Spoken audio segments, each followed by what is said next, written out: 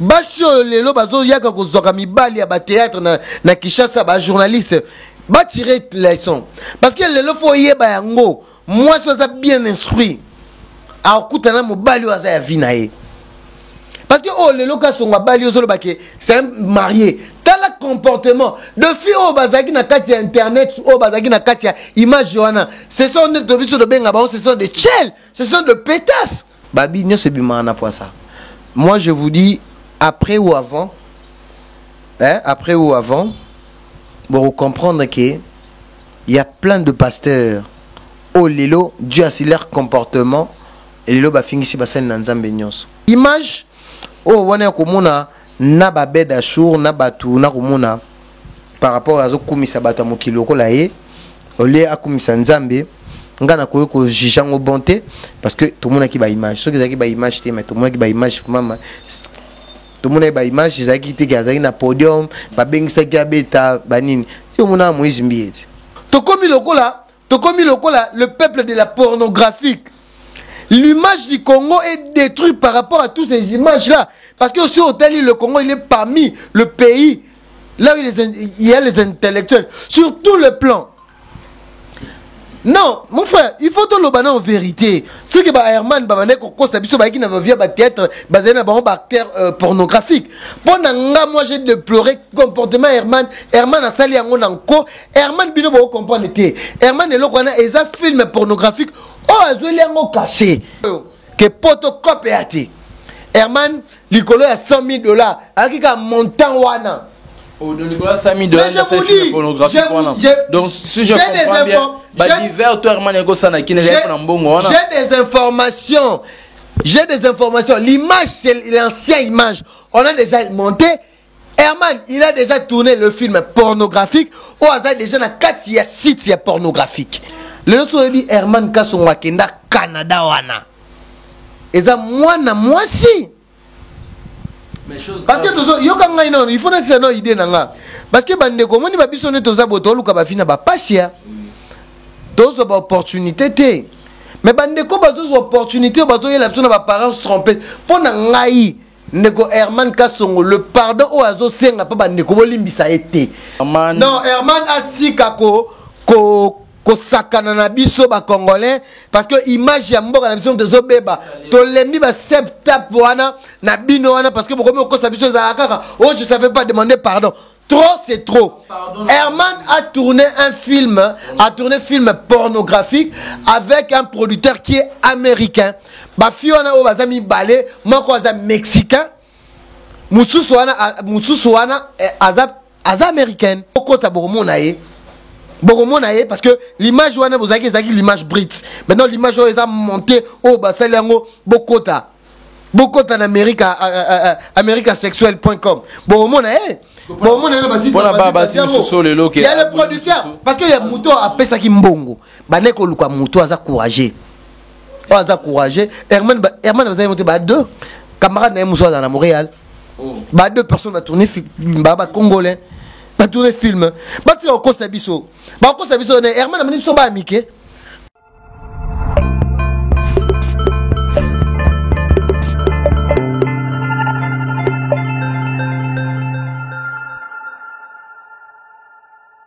Bonjour et bienvenue dans Balanditou, à Mère Fashion de Notes. C'est bel et bien votre humble serviteur Cédric Abel, le maxon X de la presse et le banan Peggy Titan. Voilà ma fidèle tout internet, navique émission les lots vraiment news et ça et c'est ça. Ban membre POCP, ça va chinois tout. Et autorité morale, son mon partenaire privé Babi Jenny Carmelo, na catch Afrique du Sud, Babi garçon de disque. Année 2021, on a dit que ma remonte au Canada Licolo, mais sans oublier aussi à mon boss Roger Bamba depuis France, et na boss sous na o yangande ko babi Alvin de Moussou, les garçons bio et naturels na kacha Mouskouana. Voilà pas fidèle téléspectateur tout balandanga na moment oyo le lot vraiment tourné comme ça miming analyse sur le net na o Italie affaire ya motakalisation o ezori na kacha YouTube na kacha ba réseaux sociaux tout. Na za vraiment ngamo te mais za na pegu tu tente mais vraiment miming Pour analyser na makambo ni nezo ekanakati ya YouTube donc comme kebol kama mutakala boye bona boye to koyeba vraiment habité so ba ko sala ba vidéo ya bon des pesa ba base pour artiste ba yeba na to ni to yeba vraiment miming source nini ma faire mutakala les ekana vraiment bon nous a déjà un plaisir ya Wemba Peggy Titan bonjour Peggy Titan. Ouais, bonjour le Michael X de la presse congolaise, Cédric Abea, bonjour à tout le monde. Bonjour na Maxime Landou, bonjour na Papa Gilles Boloko Azolanda Bisso, en ce net moment, pourquoi pas à dire merci Ndongala depuis la Belgique, Jolili Atal en chéri annonce mon papa privé et à tout le monde, bah cher internet tout vraiment l'onné bah moni c'est parce qu'on a banalise, tout le monde vraiment au pisa bah tout bah comprendre qu'est-ce que eloni tokoloba, donc ils en ont mutu na makolo quoi. Donc c'est un peu ça, merci pour l'invitation na et pas meilleure façon de Nantes. Ok, merci beaucoup Peggy Titan. Ouais, Peggy Titan bon bon, année 2025, on te côté, tu vois, vraiment un projet d'avenir pour l'année aux années. Ouais, en plus de projets d'avenir, jamais quelqu'un manque de projet d'avenir. Tout le monde a des projets de l'avenir, sauf que l'autre monde a sur Internet, l'Internet est commis, on en a habité quel terme que je peux employer.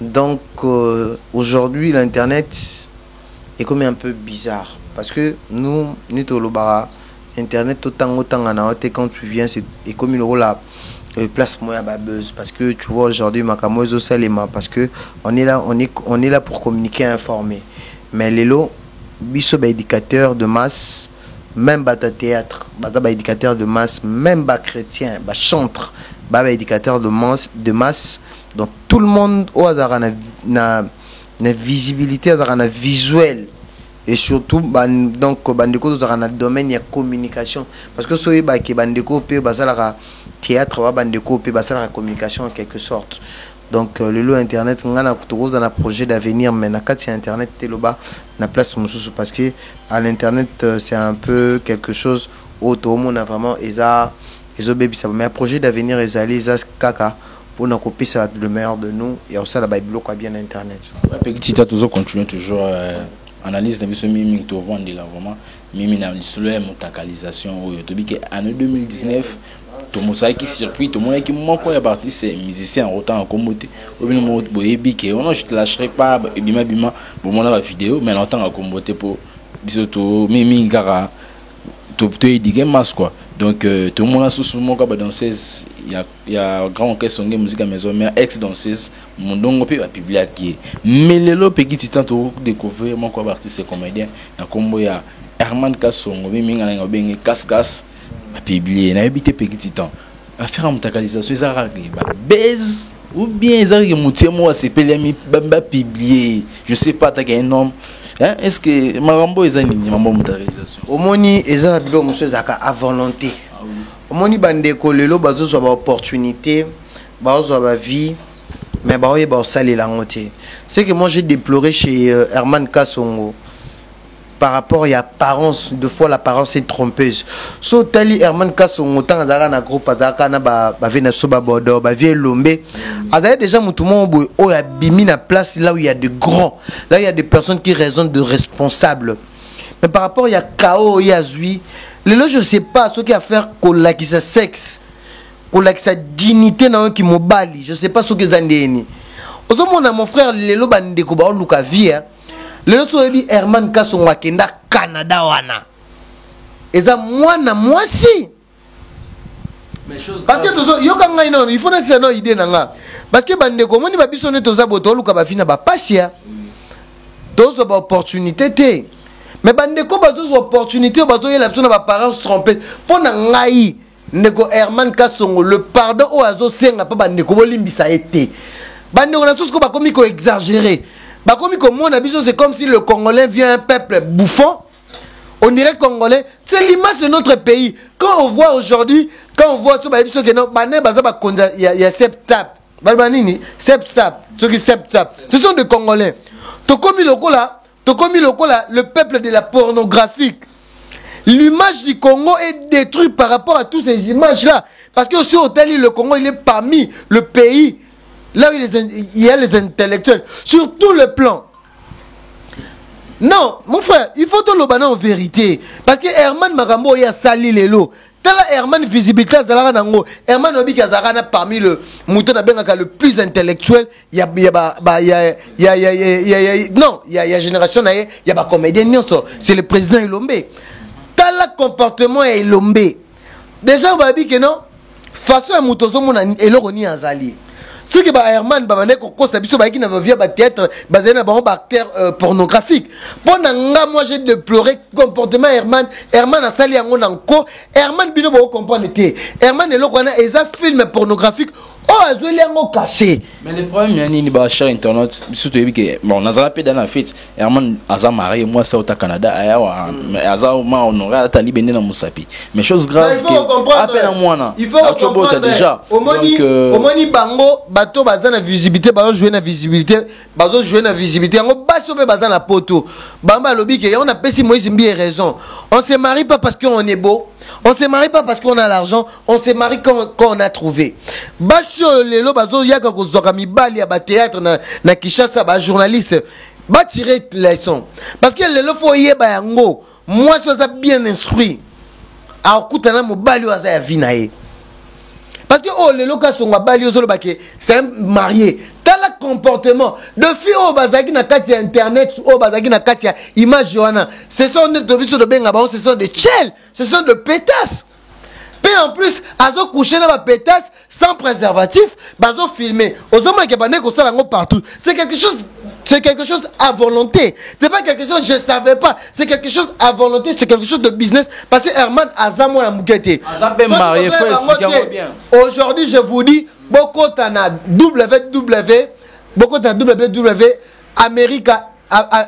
America audio image beaucoup mona vidéo les a complet bien monté oh les lots bazo consommer ngo tina ba Australie et ça vidéo il y a pornographique mais ça baise te c'est pas le buzz pour tout le monde et j'aime selon mon point langue ça c'est pas le buzz ndeko na biso Herman akeko ciné place o ayeba kité akeko ciné place ya mabe il a signé un contrat avec un groupe un groupe c'est trop dur avec une agence au bazalaka bazaki na besoin il y a garçon il y a pembe parce que ba fille wana dans monana la fille là sotali comme on est Angeline sérieuse elle est mexicaine elle vit aux États-Unis et au Canada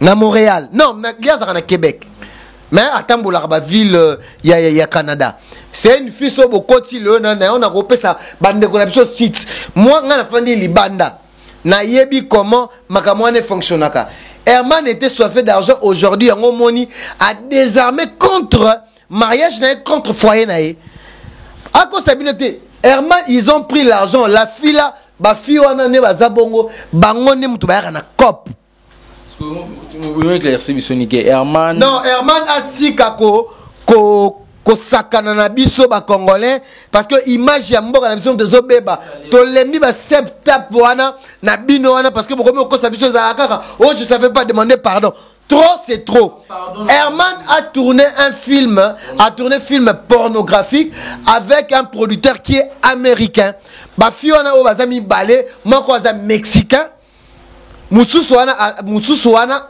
aza américaine as américain mais c'est comme si à quoi parce que nous sommes bon toi bateau bien informatique toi bateau to kotaka tu vois Herman atika ko senga bateau ba excuse parce que Herman moi si Herman ay ba ke mobali vous voyez par exemple au moins image mo boyo ba yebité tout ça ba la miketo mo image mo so yebité Herman était conscient que on les filmait vous voyez des images il suicide il a fait tout qu'on fait dans le film pornographique dis-moi maintenant la femme qui c'est pas ta femme officielle si c'était même ça ta femme la fille ce sont des filles tournant un film pornographique tu as fait tout pour l'argent et ça cop Massa Herman ta même cop wana parce que tant faut mona ke bandeko bino bat bolingaka na ke ne poto zo mona bandeko lelo ba osala la fille est partout son nzamba sangi ke na apambola yo onga Maxime Landu ne na zaboy ne na zana mosi na ngai zaka poto te même à Kinshasa Dieu peut te bénir ozo mona sikoyo ke poto cop ate Herman likolo ya $100,000 akika montant wana Sami de donc si je comprends bien, divers toi j'ai des informations. L'image, c'est l'ancienne image. On a déjà monté. Herman, il a déjà tourné le film pornographique. Au hasard, déjà, dans 4 sites pornographiques. Pardon, les années fêtées. Hein? C'est pas le pardon, c'est quelque chose qui est conscient. Il a fait ça, il a pris de l'argent. Il y avait 2 filles. Il y avait même une autre, il y avait même le réalisateur. À part Moutano filmer dans le téléphone, il y a Moutano la caméra normale. Papa, c'est l'image de notre pays. Aujourd'hui, si on talibien, tous les cas précédents, les Congolais n'avaient pas cette image. Non, moi je dis pas aujourd'hui, parce que des choses de Gladys, c'est récemment ici. C'est récemment. Non, parce que bateau va mon conscient. La Gladys, c'est qui non, bah c'est ça qui est. Mais non, le bateau va normalement, parce que après Herman Kassongo, il y aura encore un autre. Tout le monde il y a Cédric, il y a Alec, il y a Moïse, il y a Mike Kalambay. Ce sont des choses où tout le monde déplorer. Même Babiso bateau lelo.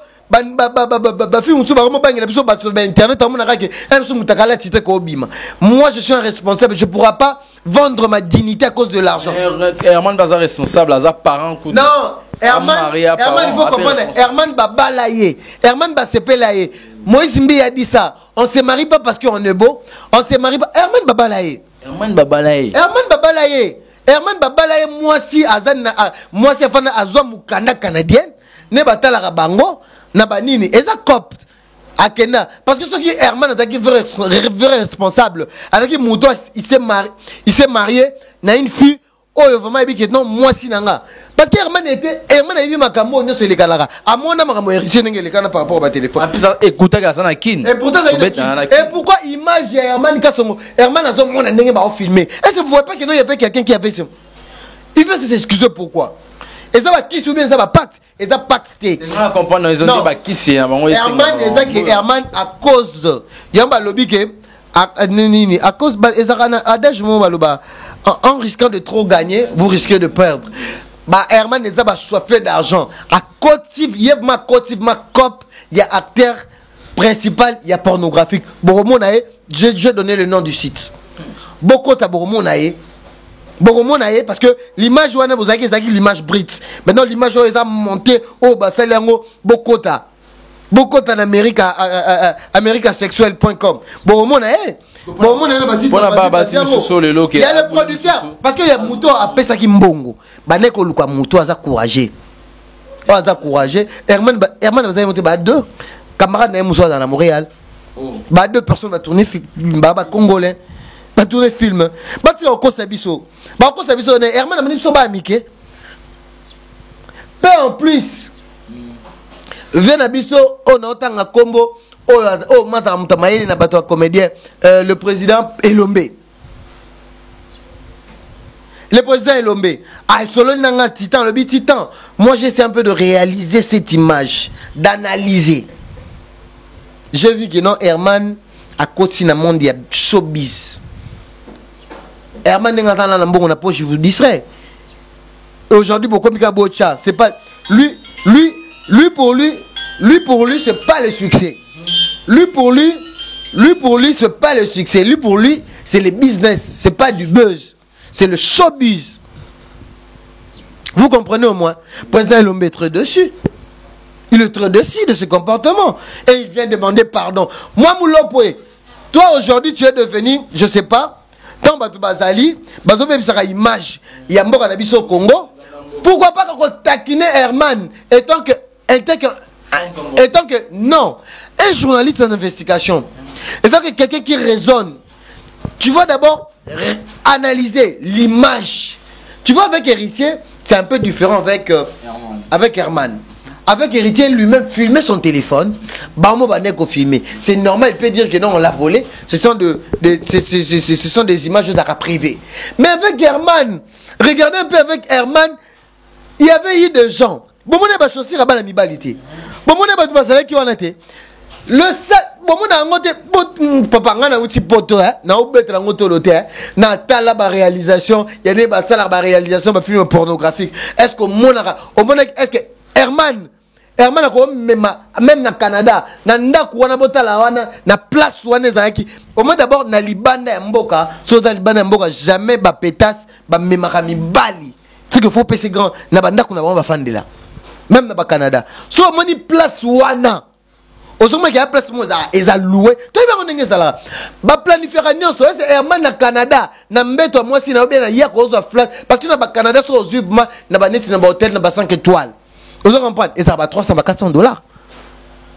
Maman, tout ça qui est bien planifié. Herman Botta la image, on a beau monde en que Herman a tiré au cours sa biseau. Herman a commis un acteur pornographique, a tiré théâtre, a mis audiovisuel au-delà. C'est pour être à un soif d'argent. Lorsque papa Lombe, mon abimisme, moi à Samweboy, est-ce que douleur on est parents vraiment qui a mis moi dans le monde après Armand va produire poser le maire n'est pas je m'appelle film le soir ça qu'il y a le jeu principal na d'Acosta donc mais ils ont ma éducation c'est pas le maire nan ma moi ça les concorder non et cocanité non chacun son éducation un esprit tu vois quand on vit c'est pas que tu vivras pour l'intérêt yamutouti tu vivras pour d'abord ton propre intérêt au réussir ou ça la makambo bien. Mais Lelo, Elombe ne va pas regretter parce que ce n'est pas Elombe. Elombe a sa réputation. Non, ce n'est pas son fils. Elombe a un bateau, Lelo, à cause de fier, ce sont les Irsi Péchanga. Ce sont des Sila. Non, tu vois, pour moi, Herman déjà a déjà moto, bateau, so, baébite, a déjà na showbiz parce que Herman a déjà mis balle à PD. Vérité, vérité, Omani Herman, c'est un monsieur que je l'aime beaucoup. J'ai pas le problème avec lui, mais c'est l'image de la jeunesse congolaise. Parce qu'il le gêne. Qu'est-ce qu'il va apprendre? Qu'est-ce qu'il va faire comprendre? Regarde, c'est pas la communauté congolaise, mais c'est la communauté du monde entier qui vont regarder cette image. Mais c'est l'image du Congo. C'est l'image du Congo. Parce que c'est un artiste, comédien. Il fait le théâtre. Dans cinéma, faut dire. Dans le cinéma. Pour n'engager. À ce domaine, et c'est cinéma. À ce domaine, au-delà de Nina, balé qui s'est d'abord, on a passé la justice. Et c'est ça le domaine, parce que c'est du cinéma.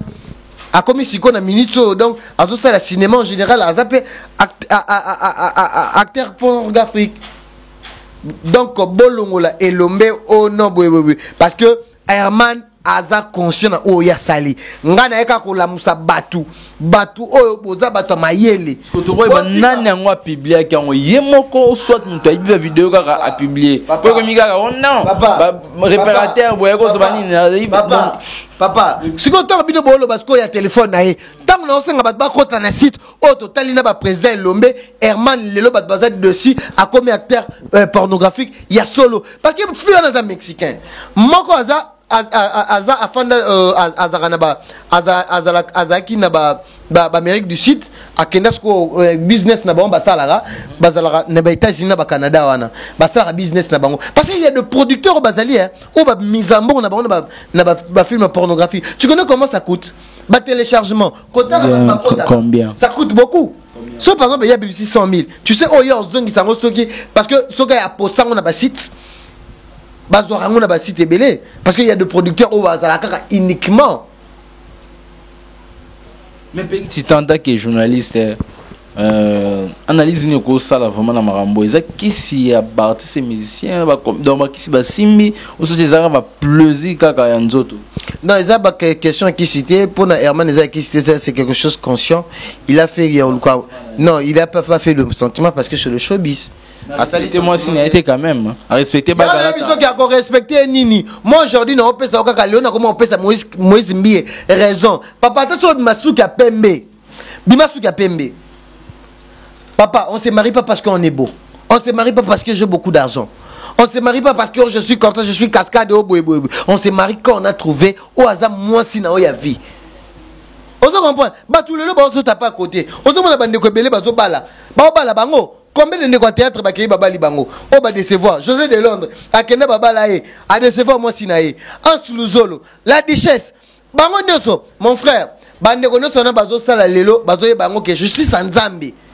Un jour obino bo sala kana basi ya bato yango pe basi o baza lelo bozwa mayele parce que lelo basi bana poto bazwa mayele parce que biso bato za na audiovisuel be bato to za na visibilité boy na sûreté mais petit titane tu peux de solo babo ça comme un souvent simo boli banda ka éclaira so biki bazwa mayele c'est que moi je dis je vais pas rater petit titane yo sozo baki ba. Mon frère, moi dans mon téléphone moi je peux pas dire que non parce que eux comme les bandeko ko komilanga mais Herman exact que ça RRT.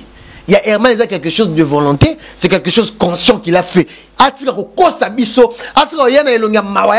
Et pas moi moulo poyana, parce que comme nyonso, bango nyonso bakomi kaka problème boy, baki pas moi moulo, abatika ko kosa biso.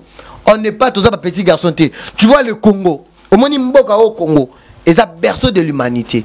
Mboka au Congo, ba Lumumba batama yele babima. Lumumba pas fait les études universitaires, mais il était parmi devant de blancs comme ça, batbando ko tenir yété.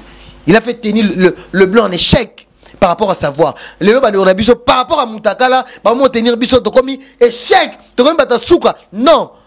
Tout ça parmi les pays francophones, en Afrique, oh il y a des intellectuels, il y a des docteurs. Il y a des licenciés, il y a même des savants dans ces pays.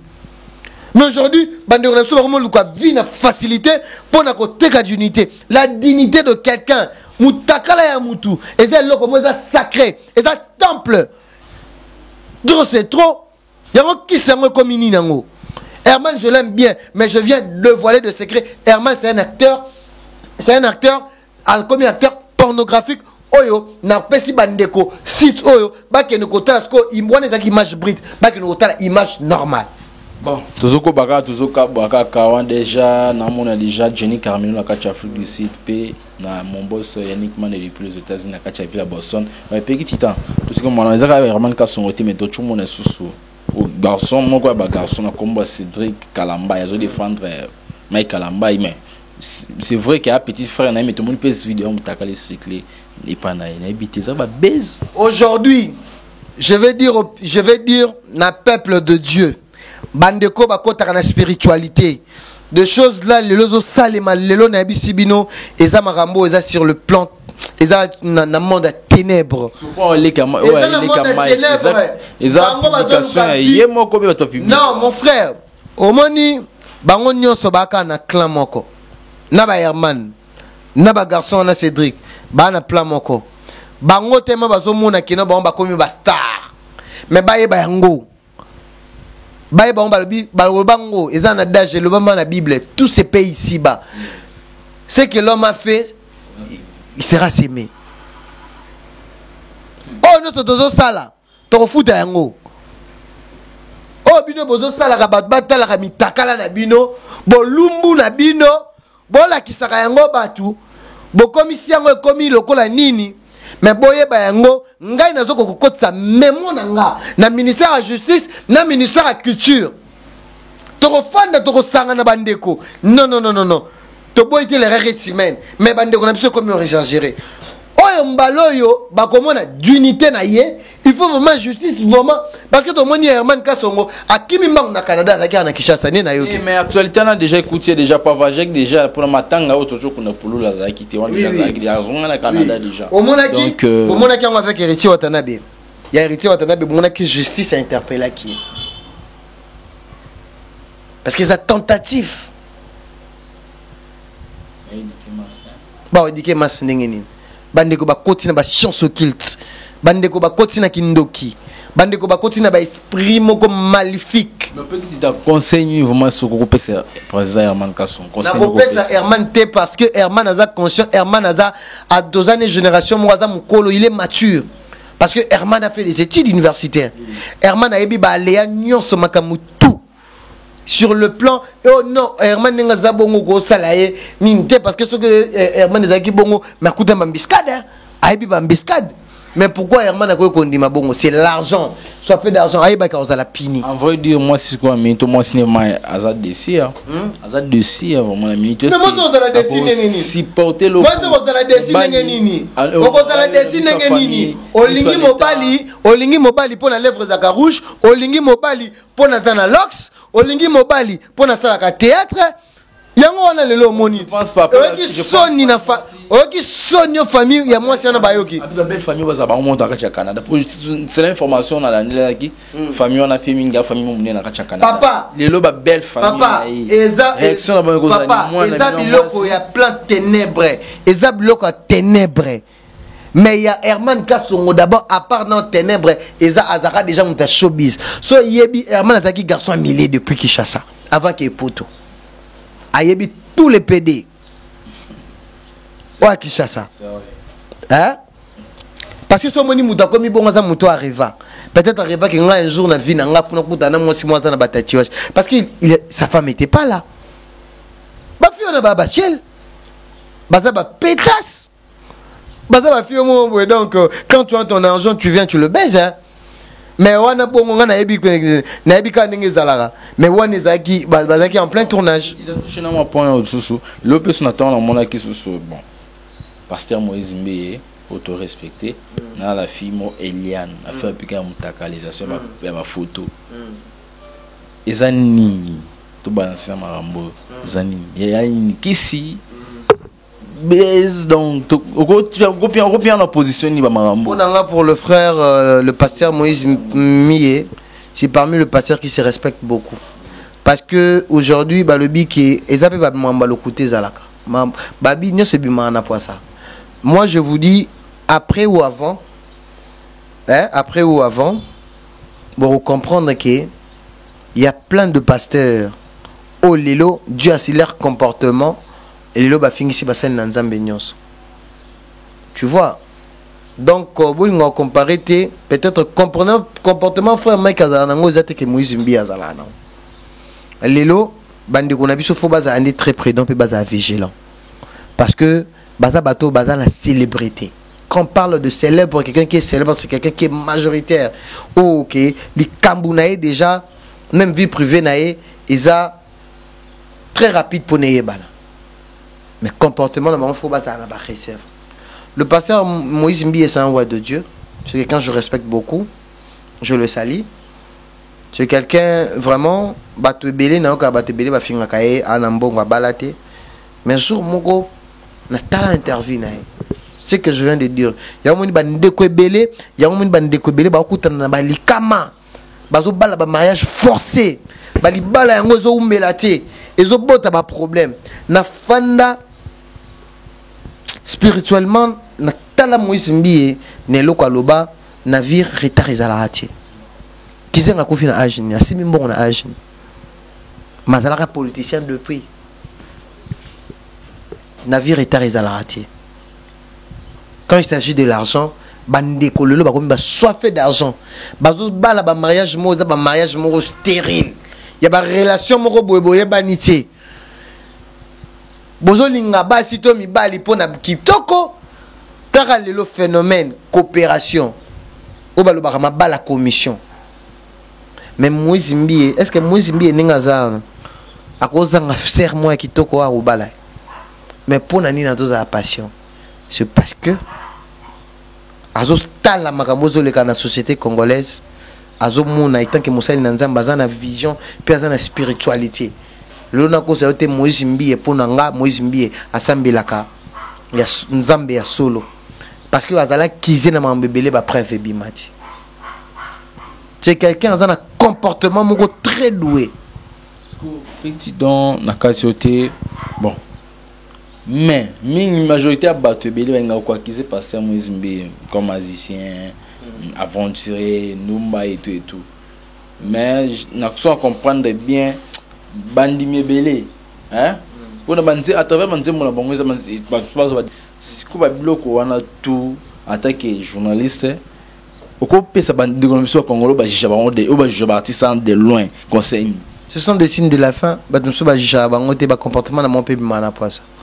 Parce que parfois le rumeur est vrai PR sous Rimer et c'est le monté ba considérer rango parce que bango tout qui Rimer et bimi et accompagner bango na ba comportement na bango ya mon épée ça bango kao donc pour nous ce sont des signes de la fin bande ko futo ko leur sala malamu te ko la kozala droit même si babi personne n'est parfaite na mon kilo mutazaka parfaite et nzambi mais biso toza ba naza pasteur te naza évangéliste te na langara mutu normal na biki na pe na masumu na ngana salaka mais bato bazaka basali na nzambi o basali la nzambi baza bato ba représentera ministère ya nzambi mais l'homme soupe faut bato ba ke baza eza passer moïse mbi eza Mike Lambai malgré tout baba ambassadeur mais baba être humain wa biso mbale boy que soit ba réaction mususu bato jija bomona ba comment ba nzambe mo boy OK ba peuple congolais non ba tout vivant tout ka musique na ba foto ba ba tout lora biso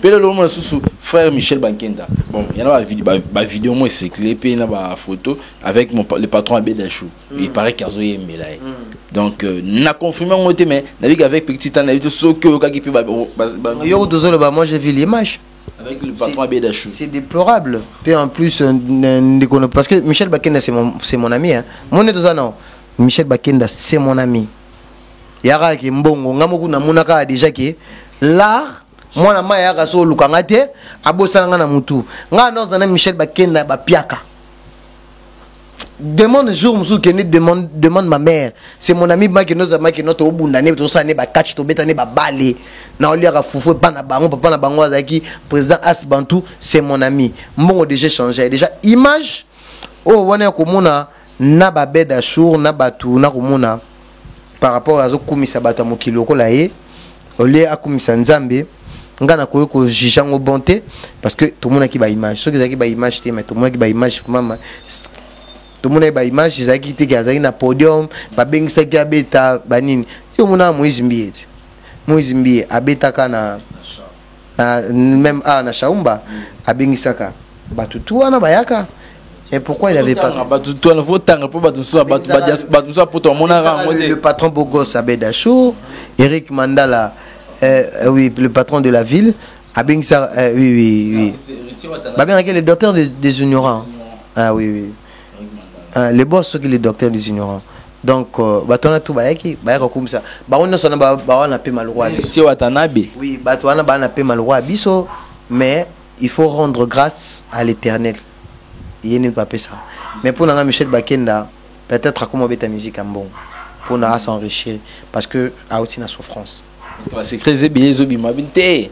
Dès que tu as comment ça va faire battre ba frère na biso ouais ba na ba chemise na minene lemba wana ba ba na sala nzamba solo soki le moment ta avion ba ki betazi ba so akini nzamba solo te mais mon dia ke ba komi ba sukisi mais en tant que journaliste petit du temps bon tout monde ko ba déjà en souka conseil ko pesa bande ko na biso wana to bo banza bande ko na biso conseil ko pesa na ko pesa bande ko wana te parce que au moni biso to boite to kina so ba église mais bango sûrement ba se concentra trop na mambanzambe donc sur le vie spirituel ba makasi il faut ba sengaka soutien nzambe sur le plan spirituel marambo boye ko komela bango te au moni ba ko komela bango te moni vie musique lelo bato nzamba zo pesa lelo vie bazo yeba ko saisir opportunité te bao bazo lukango na mwenda azota d'opportunité moko boye ozo comprendre ayeba munene na nzambe mais ngala ko lo bateke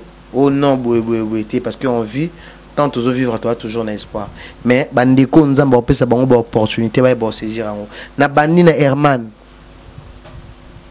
Herman so tali lelo nzamba sali grâce akenda Canada abala il faut saisir opportunité il faut pas ébara ya sali ko kende poto eza kozana mbongo te parce que bande ko mususu ba eba te eza assurance à vie comment ta avion ya assurance à vie te comme mandat commis da kuna pona ya mona ya assurance na dans Montréal que soit na salibo parce que na dans kacha Canada partout dans le monde ya ba to bana ba archive Cédric biso ne ba connait tout le monde en voyage à danger tié et là vous avez danger na vie à mon personnalité na rosa na ba faire parce que quand tu as des affaires au moins le patron Eric Mandala nengazana afanda mon univers ana ba employé ana vina akofana ne lelo ana besoin voyage il est là et là l'équipe d'abord na vie monter sa vie on nzamba pesio ko voyager quoi ne to longwa on a ke masina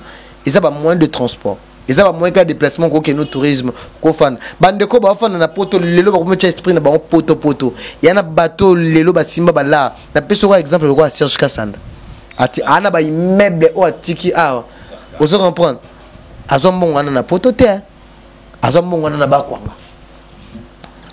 izana ba PDG belé ba ve na biso o ataka na Montfleury o ba boka kai ba Cardozo Mwamba ba ve na biso ba Empereur Khashoggi ba ze belé na ve na biso musu ba benga Chacho Mbala Khashoggi ba Silva Mwabanga les dollars bivores papa vie eza partout ba congolais ba tika ignorance. Tant que frère Michel Baké n'est pas aux États-Unis, c'est parce qu'il arrive à Kiango. C'est parce qu'il arrive à Kiango. Tant qu'il a commencé à n'importe quoi.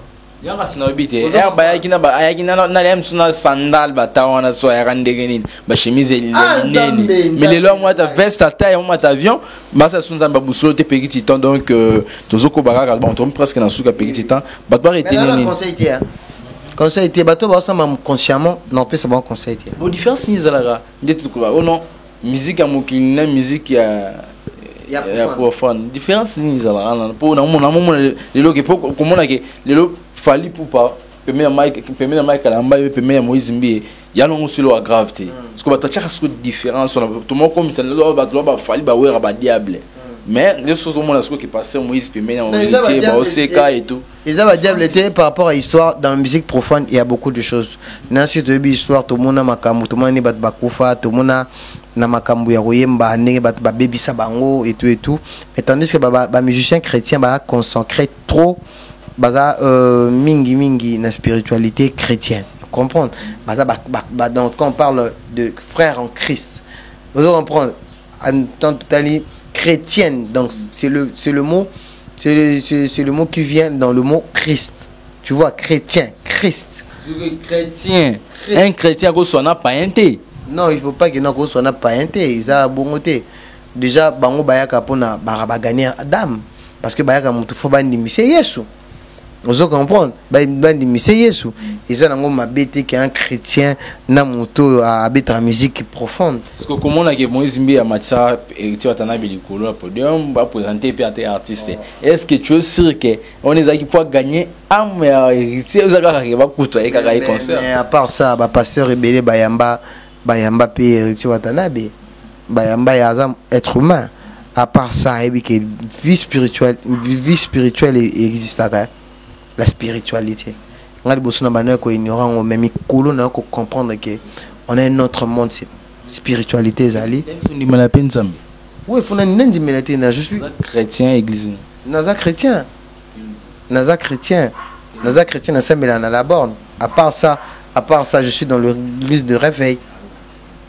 Donc il faut on dit mélanzambe mais qu'on dit mélanzambe so on dit mélanzambe aux sala bêtise c'est pas que ça les l'autre. Et voilà, merci beaucoup là tu as une petit temps quelques salutations na bato balandi bisopé bato barité.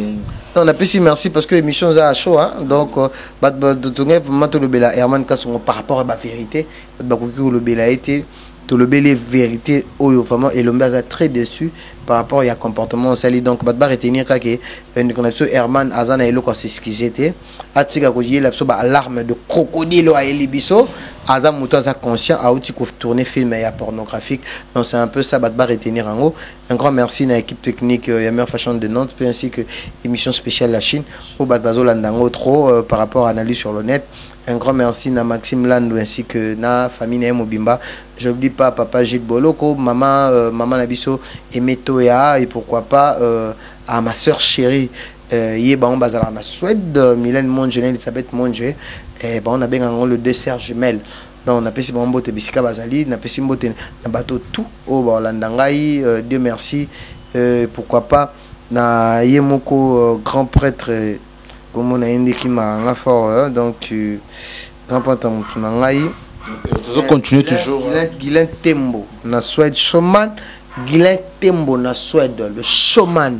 Donc on a pesi mbote Dieu merci ndonga la Jogo bateau tout balinganga trésorier Selema depuis Turquie, Rishi Bokoyo, il y a Roger ML, bateau tout la émission. Donc un grand merci à toi aussi, mon frère Cédric KBA. Donc bateau batira vous avez besoin de sa chronique musicale, l'actualité les cathos le bela makambo c'est important.